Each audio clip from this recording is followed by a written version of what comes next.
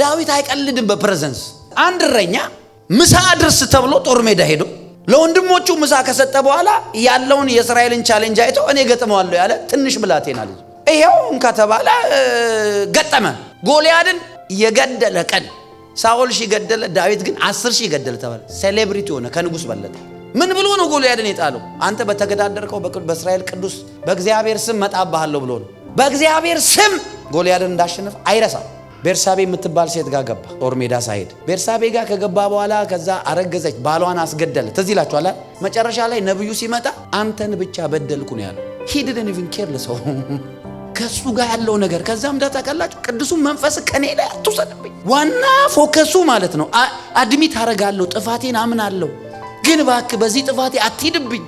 እና ዳዊት በፕሬዘንስ አይቀልድም። አንድ ጊዜ የእግዚአብሔር ታቦት ወደ እስራኤል ሲመለስ ወጣና እየዘለለ እየደነሰ ይላል መጽሐፍ፣ እየጨፈረ በእግዚአብሔር ታቦት ፊት ሲያመልክ የእግዚአብሔርን ታቦት ልብሱ ወደቀ። እሱ ግን እግዚአብሔርን ከመውደዱ መንፈሱን ከመውደዱ የተነሳ ልብሱን እንኳን አስተካክሎ አምልኮ ለመቀጠል ጊዜ የለው። የተለየ ፓሽን ነው ይሄ። ምንድነው ይሄ? እንደዚህ አርጎ ቆይ ቢዘላ አይሻልም እንዴ? ሂዶን ከር እላዩ ላይ ይሁን ልብሱ እላዩ ላይ አይሁን ትዛላለው፣ ይውደቅበት አይውደቅበት ትዛላለው።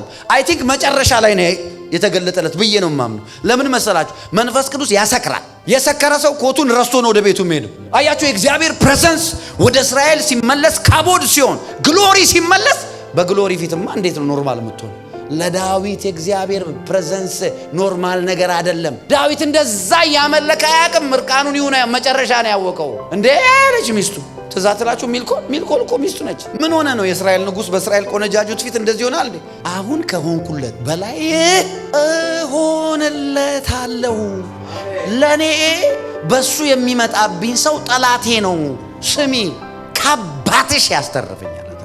እሷ ሚስቱ ስለሆነች ሃንዬ ምናምን አይደለም። ጌታ ልዩ ነገር ነው። መንፈስ ቅዱስ ከምንም ጋር አንደኛ መንፈስ ቅዱስ ሚስቴ ሁለተኛ የሚባል ጉዳይ የለም።